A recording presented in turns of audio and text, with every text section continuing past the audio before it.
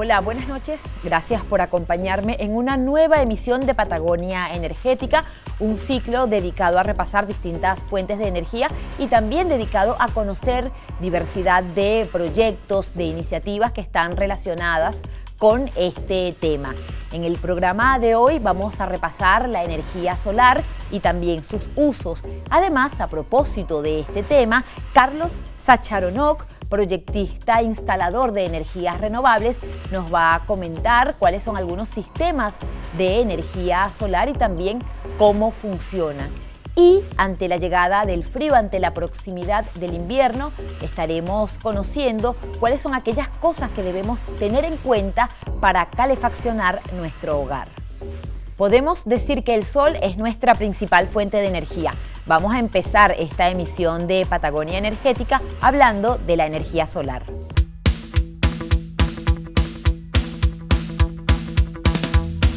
Sabemos que el sol es fundamental para la vida en la Tierra. El astro rey es nuestra fuente primordial de energía. ¿Por qué? Porque además de brindarnos su luz y calor, interviene en distintos procesos relacionados con otras fuentes de energía. Por ejemplo, el sol produce diferencias de temperatura en las masas de aire, lo que provoca vientos que generan energía eólica. También dirige el ciclo del agua y de este recurso depende la energía hidráulica. Igualmente, influye en las corrientes marinas y en las mareas, aprovechadas para obtener energía mareomotriz. También tenemos que pensar que gracias al sol fue posible que existieran las plantas y animales cuyos restos, después de sufrir diversas transformaciones a través de millones de años, se convirtieron en combustibles fósiles. La energía solar, como su nombre lo indica, utiliza la radiación del sol y se destina para la generación de calor y también de electricidad. Recordemos que es una fuente renovable y limpia. Desde tiempos remotos, antes de que se inventaran los dispositivos que hoy se emplean para transformarla, el ser humano ha utilizado la radiación solar con distintos propósitos.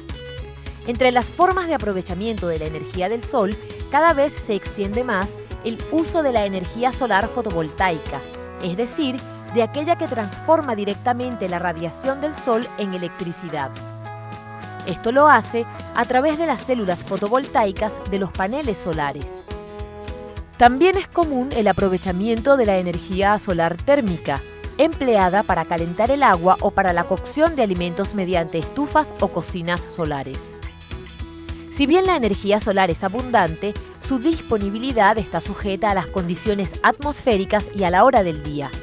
De todos modos, esto no es impedimento para que siga expandiéndose y ganando terreno en las matrices energéticas de distintos países del mundo. Según el Banco Mundial, se prevé que el crecimiento de la energía solar en los países en desarrollo será rápido y desplazará a los combustibles fósiles. Ese organismo sostiene que los costos de la generación de energía solar fotovoltaica vienen disminuyendo en forma acelerada y asegura que en varios países el costo de la energía fotovoltaica ya es inferior al del carbón y el gas. Carlos Zacharonok instala sistemas de energías renovables. Él trabaja instalando, por ejemplo, sistemas que utilizan la energía solar.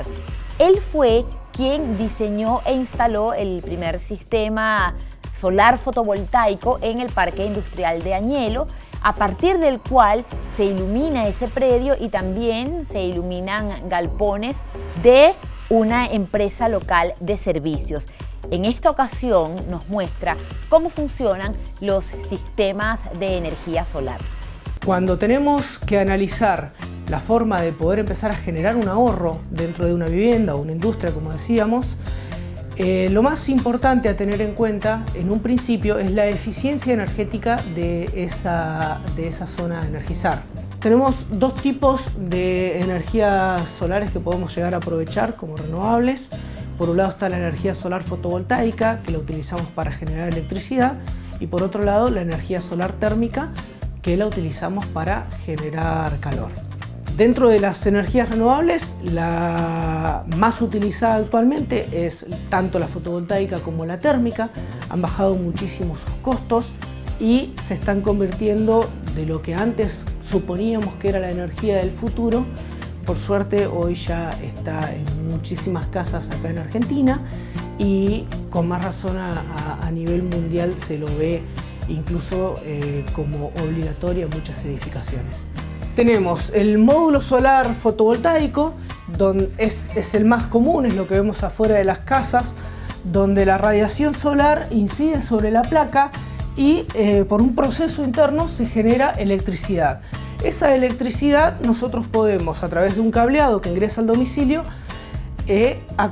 utilizarla en el momento o acumularla en un acumulador o batería de este tipo o tamaños mayores. En el medio de todo ese proceso utilizamos un tablero de regulación. Este tablero, la principal función que cumple es la protección de la batería. El tablero nos va a permitir que la batería no se sobrepase de carga ni tampoco llegue a una descarga tan profunda como para dañarla. Por lo tanto, estos tableros, junto con sus debidas protecciones, son una parte muy importante, son el cerebro del equipo.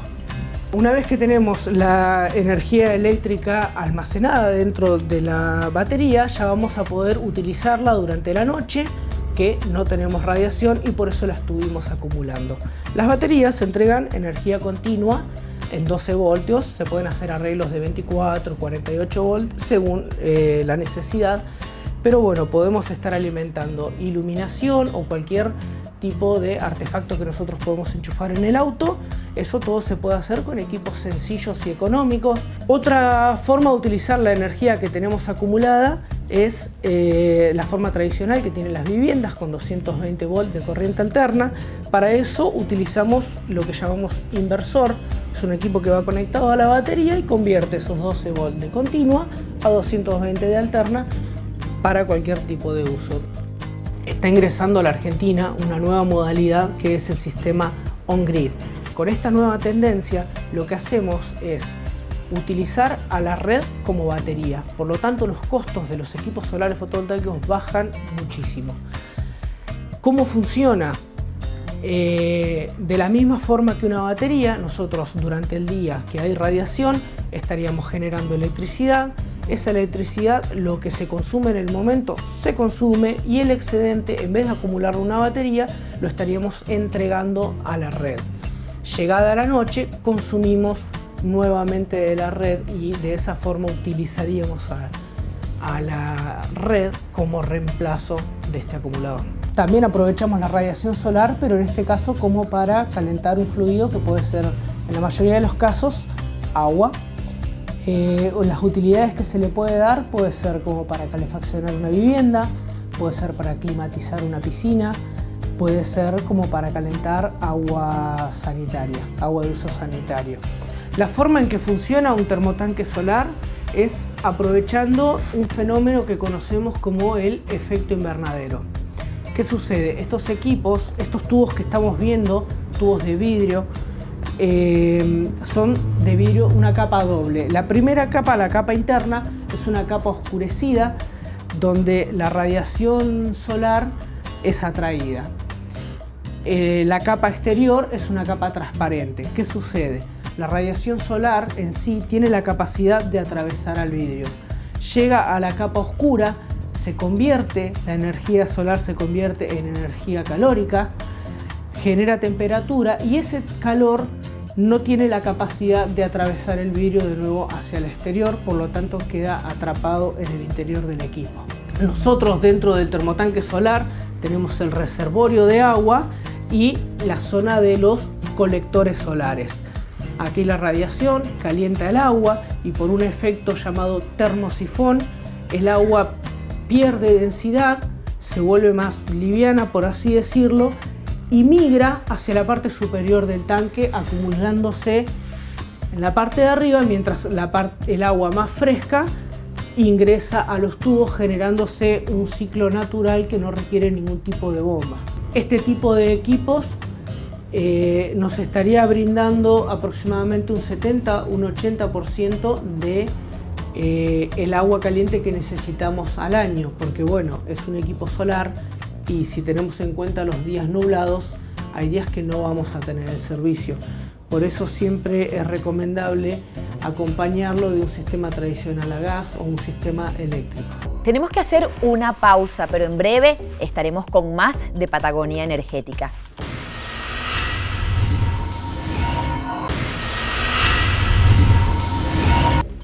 Ya estamos en el segundo bloque de Patagonia Energética. Ahora les pido que me acompañen para conocer algunos hechos interesantes, relevantes, relacionados con el tema que nos concierne, la energía. En 2020, Argentina ocupará el segundo puesto regional en energía eólica, según un informe publicado recientemente por el Consejo Global de Energía Eólica. Dicho informe señala que en el país hay perspectivas promisorias y que la Argentina, junto con Rusia, Arabia Saudita y Vietnam, podría tener un papel dominante en el sector hacia 2030.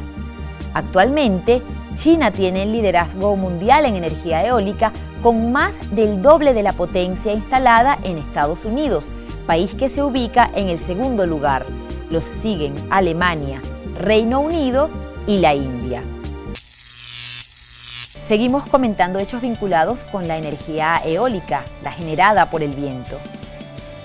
YPF Energía Eléctrica confirmó que instalará un parque eólico en la provincia de Santa Cruz, específicamente en Cañadón León, a 25 kilómetros de Caleta Olivia.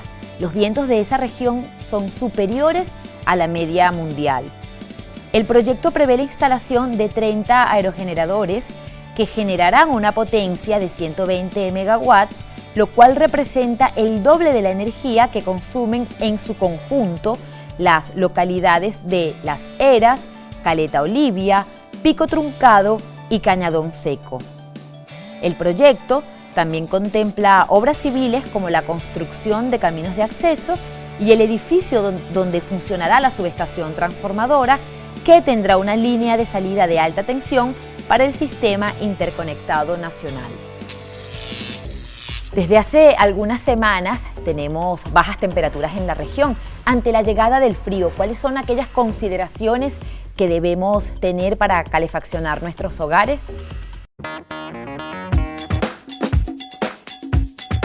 Llegan las bajas temperaturas y con ellas la necesidad de calefaccionar nuestros hogares. En el mercado hay distintos sistemas. Algunos usan energías renovables y otros no renovables. También hay que considerar que no todos ofrecen la misma eficiencia. Además, en cada caso es conveniente calcular la relación costo-beneficio. Es decir, debemos evaluar la inversión inicial y también lo que pagaremos por los servicios al elegir un sistema específico. Las estufas o calefactores que funcionan con gas figuran entre los sistemas de calefacción más utilizados.